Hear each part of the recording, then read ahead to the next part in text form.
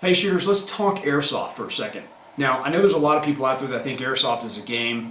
Their toys are not meant to be used as a training tool, or there's no direct crossover between live fire and airsoft, but I'm here to tell you that there's absolutely a crossover if you train correctly with airsoft.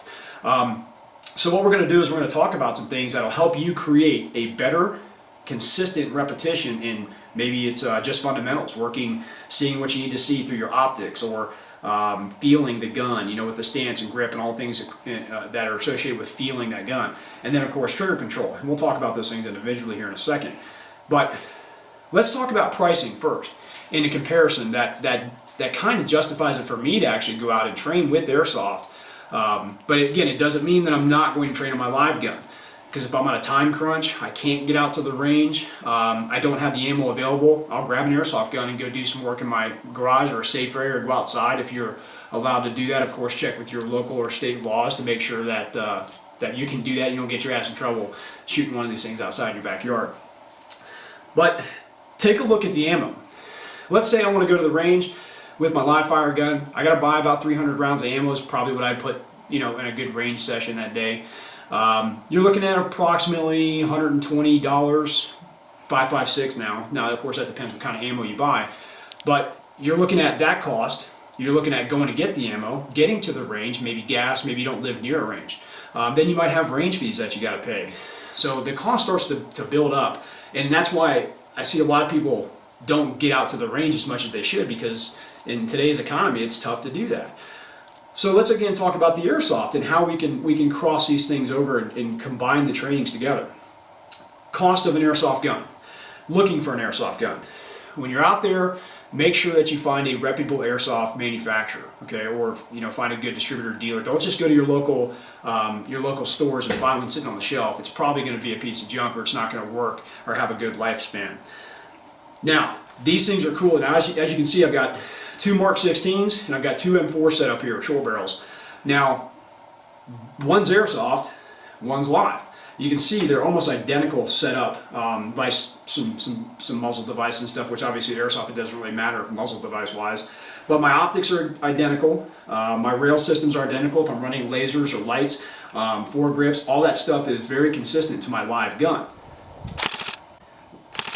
Recoil systems on these guns are pretty unique nowadays. They have a recoil shock system, and some of these newer, like these Tokyo Maries, they actually will cycle, in like the SCAR for example, it will actually reciprocate the charging handle. So as you fire, the charging handle reciprocates just like your real SCAR. So, and of course you get a little bit of a recoil feel, which is kind of nice, because even with this recoil not being as substantial as a live fire round, you still have to snap your sights back on target. So again, it's not totally real, but again, I'm working through those fundamentals. If I'm working on just feet work or maybe doing a stage or something, I can do it on the cheap by using airsoft and then test that training with live fire. So again, recap on that. Looking for a gun, make sure it's a reputable gun. Make sure it's going to last for you, and make sure you can set it up consistently to what you use as a live fire gun. Cost. We talked about cost with live fire. Let's talk about cost with airsoft. Obviously, you have the initial cost of the gun itself, and if you get a good reputable brand airsoft gun, it's going to cost a little bit. But again, it's going to last longer. Ammo. If you buy ammo for airsoft, compared to that $120 mark for 300 rounds, you can spend about $15 and get 1,000 rounds. Like here's some biodegradable, 1,000 rounds of biodegradable. It's about 15 bucks.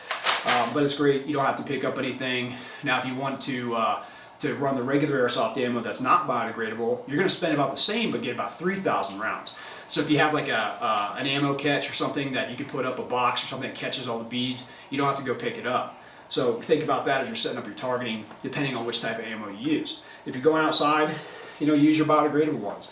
Spend a little bit more, but just don't leave 1,000 BBs laying around. So that kind of cool thing is, all I need is a safe area. I can do it in a hallway. I can do it in a garage. I can do it in some type of bay or some safe area. I can do it in my backyard. Just make sure you check with your state and local laws to make sure that you can actually run around in your backyard with one of these things and not have a SWAT team coming after you. So again, that's all I need. I don't need to go to the range. I don't need to spend all that money on ammo. You buy a couple cases for 30 bucks of airsoft ammo, keep it aside, you've got ammo to train with for, you know, months. Now, let's talk about some of the things that cross over fundamentally. Let's start with safety, okay? Safety is just the same with airsoft, or I treat it the same as I do live fire. I do my firearm safety rules. You want to treat it as a real weapon, okay?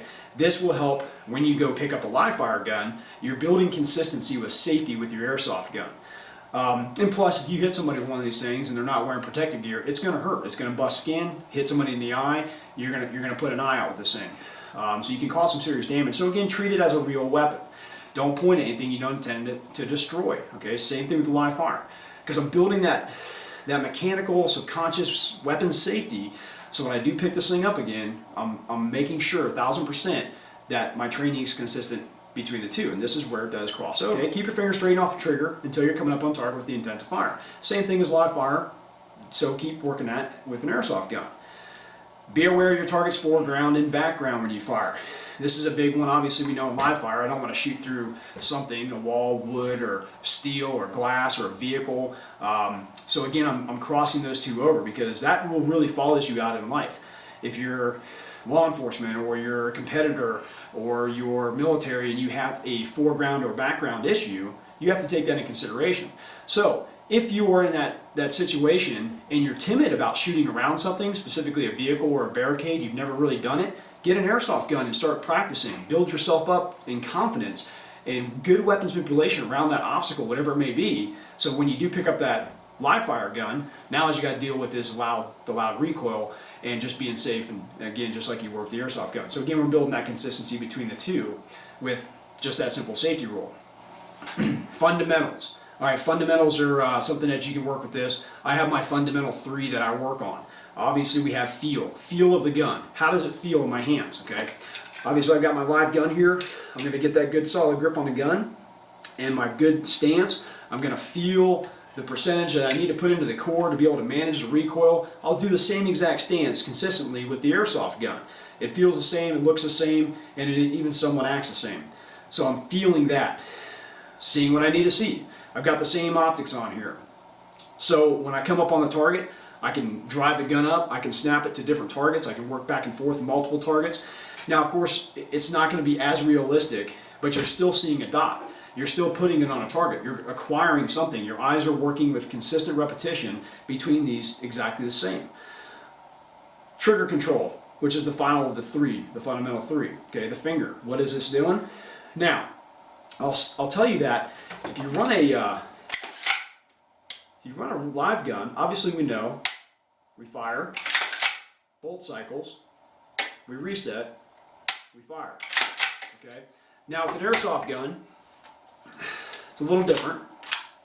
So it fires, reset, if you can hear that click, fire, reset. So it's exactly the same as far as how the trigger works. It just feels a little bit different, but you're still resetting. And what's funny about these electronic guns, when you pull this trigger, you obviously are sending an electronic message to the gears to actually fire the gun. So there can be somewhat of a lull. I can't shoot an airsoft gun as fast as I can shoot a live gun, but it actually helps me better to work on my finger, my trigger control, because if I start really working this trigger and slap it or come off of it or short stroke it, the airsoft gun is going to tell you if your trigger control is off quicker than your live fire gun. So that's kind of a cool feature with the trigger control. All right, loading. Let's talk about tack reloading and speed reloading. Very consistent, very much of a crossover right here. Magazine inserts just like a live fire gun. The cool thing about some of these newer guns like this Tokyo Marui, this M4, when you fire this mag out and the mag runs dry, what'll happen is it will go dead just like a real M4, okay? So what's going to happen is it's going to fire, and then on that last round, fire again until all of a sudden the bolt locks to the rear. As you can see, the bolt catch is actually engaged. It will not fire again until I do a speed reload, okay? And it still won't fire until, guess what? I hit the bolt catch. Now it fires again. So again, very realistic crossover there with airsoft versus live fire on loading. Other things, positions, prone position, supine position, kneeling position, all the positions that you want to train in works with this gun. So you can save the money and work on just your movements. You can work on your efficiency, dropping down into the prone or the kneeling or the urban prone or the supine as quickly as possible, and getting consistent with just the motions. But the fundamentals are still there. You're still feeling the gun, you're still seeing what you need to see, and you're still using that trigger control appropriately. Okay, so again, all those positions work. Obstacles. Let's talk about shooting around barricades, vehicles, walls, anything that you want to put in front of you or behind you or in just a little tactical environment that you can move around. Great concept, okay? Airsoft around those vehicles. I don't want to shoot my own vehicle with live fire or because sometimes it happens, you have height over bore issues, so I can train with airsoft. If I hit my car with an airsoft BB and it skips off the hood, you're not going to have much damage, okay? Hopefully you don't have any damage, but unless it's a direct hit, you can ding your car. So be careful with that. But again, if you don't want to splash yourself, frag yourself on metal, glass, or whatever the case may be on your vehicle with a live fire gun, work airsoft. Get consistent with the height over bore, the offset that you need from the vehicle, and the movement around that vehicle. Get confident with that, set it down, switch into live fire mode, and then work through it slowly until you start picking up your consistency that you had with the airsoft gun. So that's a great training tool when you're working around obstacles. Force on force. Force on force is a whole different level that you can take airsoft to. A lot of fun, number one, but at the same time, you're building stress. Okay, you're training consistently to inoculate the stress. That's the biggest thing that we can't do on a daily basis, specifically if you're not in the military, you're not in a SWAT or an entry type team where you get time allotted monthly or daily to go out and actually train in high stress scenario mode. So what you can do is either with a buddy or a couple guys, get together, whether you're a law enforcement team or a military team or just a bunch of competitive shooters or something, or you want to just go out and have fun, you can create that stress. Okay, when you start getting shot at with these, they hurt. So you know you don't want to get shot, so you actually work in tactics. Now, a lot of people get carried away with simunitions or man marker type, UTM munitions or airsoft, and they forget the reality. So if you're going to do force on force, make sure you're doing it properly. Make sure you're not doing something with an airsoft gun that you would not do with a live fire gun. So just make sure you put your restrictions on yourself when you're doing force on force. But the stress inoculation is huge. That's what I really look for with force on force. So if you decide to use airsoft in your training regimen, just make sure that you're doing it as consistently and realistically as you would with a live fire weapon system.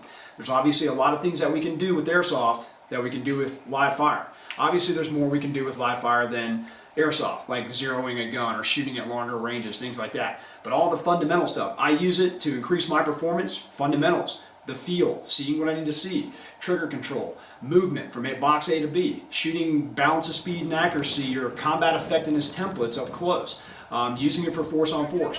So there's a lot of crossover between your training, whether you're a competitor or you're out there putting foot down for our country or protecting our streets. You can use this as another tool to increase your survivability. So check it out, try one out, and take it for what it's worth. I'm Travis Haley, thanks for joining me.